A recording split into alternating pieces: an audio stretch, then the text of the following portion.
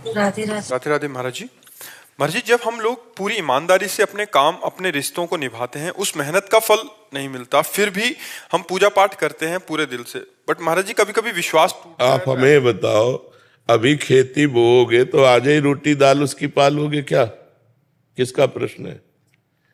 अभी खेती बोओगे, गेहूं बोओगे तो आज ही रोटी बना लोगे क्या उसकी? कितनी पूजा पाठ करते हो, कितना जप करते हो, कितना ध्यान करते हो, लेकिन पीछे जन्मों के जो किए हुए पाप कर्म है, उनका जो बनकर प्रारब्ध है, उसको कौन भोगेगा? पीछे की फसल अभी खाओ और अभी की फसल आगे मिलेगी। संत महात्माओं की तुलना में तुम कितना भजन करते हो? तुम्हारे पास तो और भी कर्तव्य कर्म है, और भी व्यवहार है। हमारे पास तो एक ही कर्तव्य कर्म है, केवल भजन। तो हमें भोगना पड़ रहा है, तो तुम्हें भोगना नहीं पड़ेगा।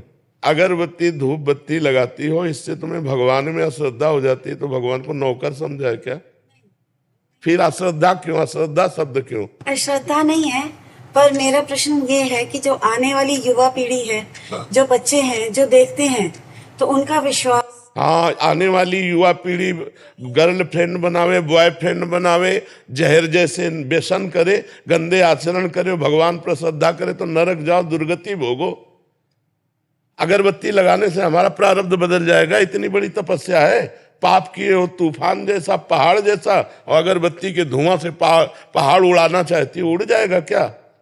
पाप करते समय सोचते हैं भ्रूण हत्या, गर्भ हत्या, बलात्कार, चोरी चोरी, नाना प्रकार के पाप करोगे, जब वो फलीभूत होंगे तब श्रद्धा करो भगवान पे, अश्रद्धा करो, भोगना पड़ेगा तुम्हें। अगरबत्ती लगाओ चाहे धूप बत्ती लगाओ, अवश्य में भोक्तव्यम कृतम कर्म शुभाशुभम। समझ में आ रहा है ना? यह इतना भजन करो कि अपने प्रारब्ध को विध्वंस कर दो, तब देखो। अरे 2-4 माला घुमा लिए, अगरबत्ती लगा, धूप बत्ती है, भगवान को धूप बत्ती चाहिए, भगवान को अगरबत्ती चाहिए, तुम्हारे अच्छे आचरण होने चाहिए। वर्तमान में अच्छे आचरण नहीं है। ईमानदारी से बोलो, जितने लोग बैठे हो, इस जन्म में अगर तुमको न्यायाधीश तुम्हारे कर्मों का आचरण का बना दिया जाए, तो तुम कितना अपने को दंड दे सकते हो? खुद न्यायाधीश बन के देखो तुमने कितनी गलतियां की है और क्या दंड तुम्हें मिला? कुछ नहीं। भगवान की कृपालुता की तरफ देखते हो? नहीं देखते हो। अनंत जन्मों से मनमानी आचरण करते लोग चले आ रहे। अब जो उनका फल आता है, अब इस जन्म में 2-4 अगरबत्ती लगा दी और हमें भगवान पर श्रद्धा हो रही।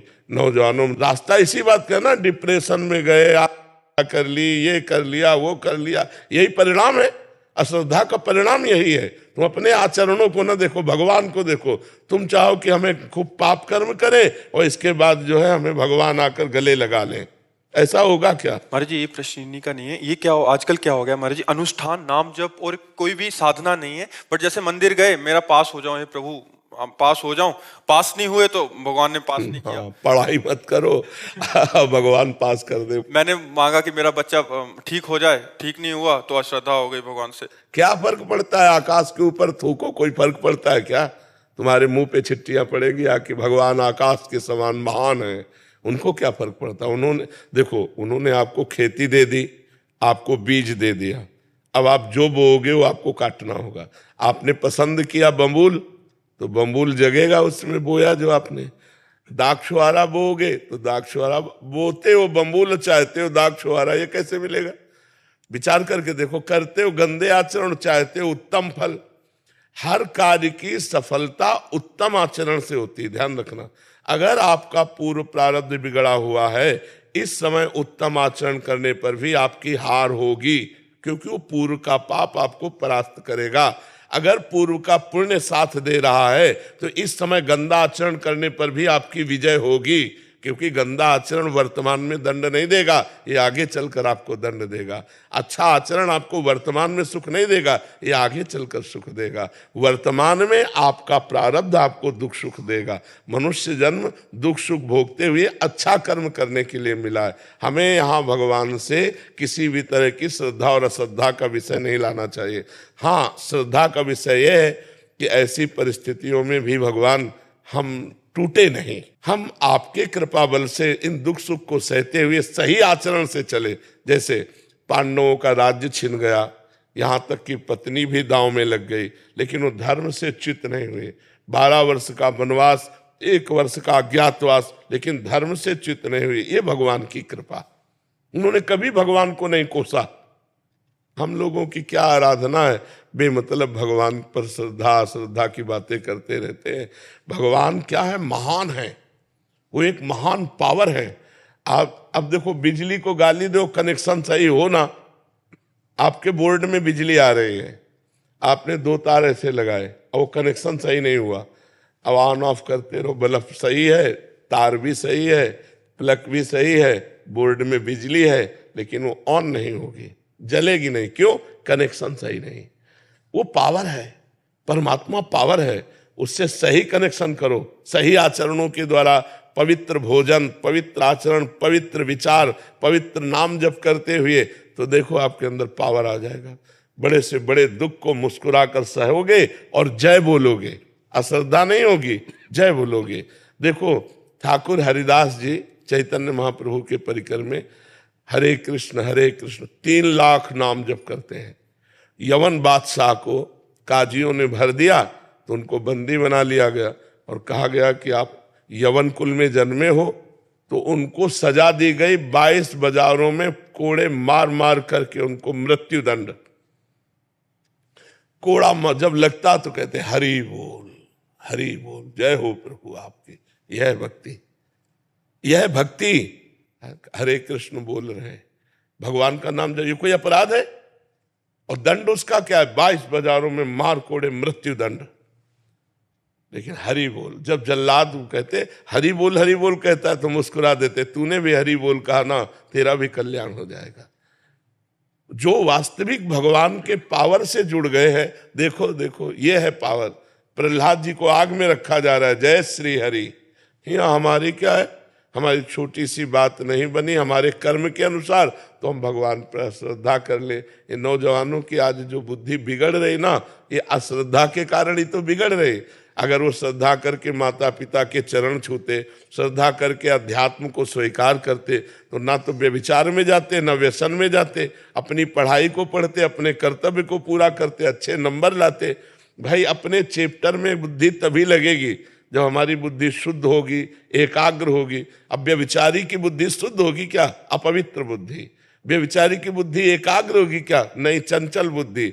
व्यभिचारी की बुद्धि व्यसन रहित होगी क्या? नहीं, नशेबाज। तो नशेबाज, व्यभिचारी और चंचल बुद्धि वाला किसी भी चैप्टर को कंठस्थ नहीं कर सकता, किसी भी विषय में सफल नहीं हो सकता। ये लोग कैसी बातें करते हैं, भगवान पर श्रद्धा नहीं, ऐसे नहीं चला जाता। ब्रह्मचर्य से रहो, पवित्र आचरण करो, पवित्र भोजन करो, एकाग्रता पूर्वक पढ़ाई पढ़ो, हर विषय में पास हो जाओगे, हर विषय में पास हो जाओगे। तुम्हारे ग्रंथ तो इतने, हमारे ग्रंथ तो इतने मोटे मोटे हैं, और सूक्ष्म विषय है, तुम्हारा तो स्थूल विषय है। यही राष्ट्र का विषय होगा, विश्व का विषय होगा, हमारा विश्वात्मा का विषय है, विश्व से अलग विषय है। ये विश्व में जो दिखाई दे रहा उससे अलग विषय है, हमारा सूक्ष्म विषय है, उसको पढ़ना है। अब ब्रह्मचर्य नहीं रहोगे तो बुद्धि शुद्ध नहीं रहेगी। आहार गलत करोगे, बुद्धि से। अब आजकल के नए नए बच्चे वो क्या कहते हैं, वो जो सेमई जैसा होता है, हाँ लूडन, ये हार रह गए हैं, नहीं रह गए। 1 किलो मठा और 4 रोटी और उसमें हरी धनिया का नमक मिला खाओ, दंड बैठक मारे तो समझ में आवे नहीं।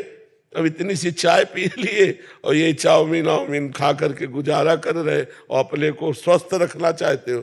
अरे नहीं, 100-200 ग्राम घी जाए, पचे शरीर में, 1-2 लीटर शुद्ध दूध जाए, दंड बैठक मारो, 2-4 किलोमीटर दौड़ो, पवित्र आचरण करो। अभी देखो नौजवानों की बुद्धि तेज सब बढ़ जाए। अब इधर उधर का गंदा भोजन पाओगे, दूसरे का मांस खाने से चर्बी बढ़ सकती है, आत्मबल नहीं। पवित्र आहार करोगे तो माना तुम्हारी चर्बी नहीं रहेगी, लेकिन आत्मबल बढ़ेगा, तुम्हारी बुद्धि बढ़ेगी, तुम प्रखर बुद्धिमान होगे। इसलिए दोष भगवान को न दो, अपने को सुधारना है, उनसे कृपा मनाओ कि हमारी बुद्धि शुद्ध हो जाए और आप में कभी अश्रद्धा न हो। कितने करुणा में भगवान है, क्या बिगाड़ा है आपको? आप विचार करके देखो, आपका शरीर भगवान ने आपको दिया, बुद्धि भगवान ने दी, सब कुछ भगवान ने दिया, आपसे लिया क्या? फिर अश्रद्धा किस बात की? तुम्हारी क्या है? एक रोम भी तो तुमने नहीं बनाया, मेरे भगवान ने बनाकर तुमको इतना सुंदर शरीर दिया, फिर तुम भगवान से अश्रद्धा क्यों कर रहे हो? भगवान ने तुम्हें पृथ्वी दी, वायु दिया, अग्नि दिया, तेज दिया, सब कुछ दिया है, क्या भगवान की अश्रद्धा करने का विषय बनता है? आप अपने आचरण शुद्ध ना करो, सब कुछ भगवान का दिया आपके पास है। भगवान ने कभी कहा कि ये मेरा है?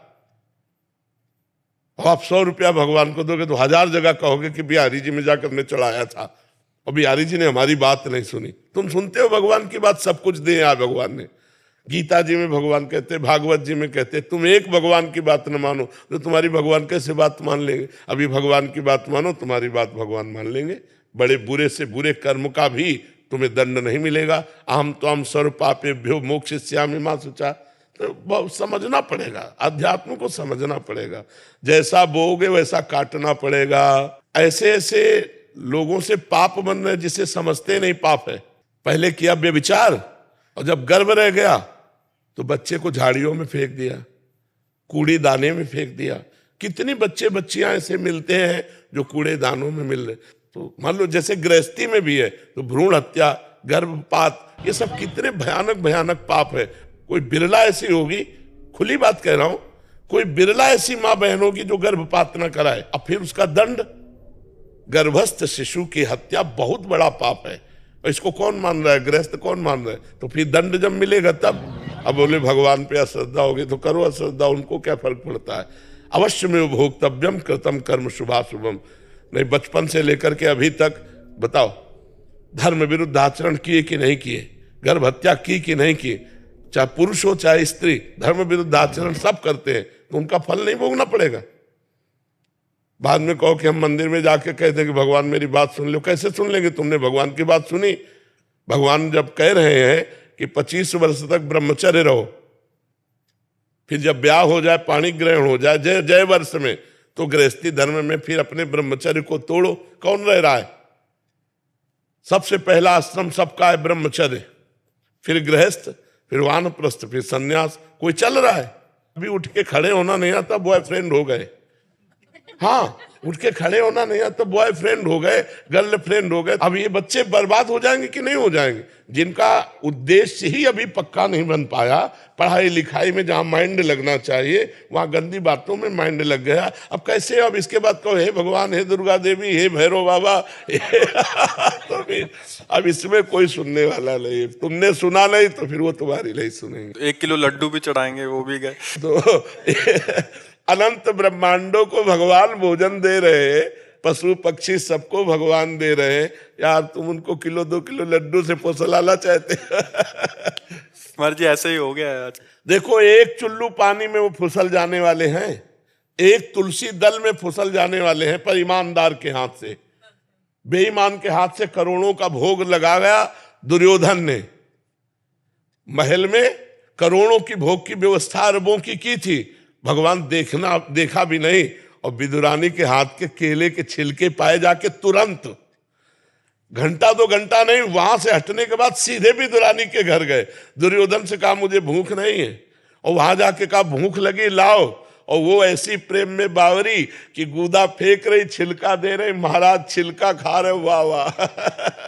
देखो, ये अखिल कोटि ब्रह्मांडों का मालिक है, अरबों का भोग व्यवस्था किए दुर्योधन, भगवान ने देखा भी नहीं। और विदुरानी के हाथ के छिलके पा रहे हैं। कैसे? वो तो चुल्लू भर जल में रीझ जाने। पत्रम पुष्पम फलम तोयम ये में भक्ता प्रेक्षति। भगवान को यार वैभव चाहिए, सारा वैभव तो उन्हीं का है। सोने की खान, चांदी की खान, सब पृथ्वी में उन्हीं का है। उनको 100-200 ग्राम सोना या 100-200 ग्राम लड्डू पेड़ा इससे रिझाया जा सकता है क्या? वो हमारे पिता, हमारे स्वामी, हमारे मालिक है। उनको हम क्या रिझा सकते हैं? हम तो अधिकार पूर्वक कह सकते हैं कि आपको ये काम बनाना होगा। कब? जब हम उनकी आज्ञा पे चलेंगे। जैसे अपने आप पापा की 10 बात मानते हो तो एक बात तो मनवा ही सकते हो आप। पापा की एक को न मानो, 10 अपनी मनवाना चाहो तो थपड़िया हो जाओगे। नहीं तो भगवान की हम बात एक नहीं मान रहे, और भगवान से हम अपनी सब बात मनवाना चाहते हैं। यार इतने कमजोर भगवान नहीं है। फिर नहीं, फिर माया आपको पीट देगी।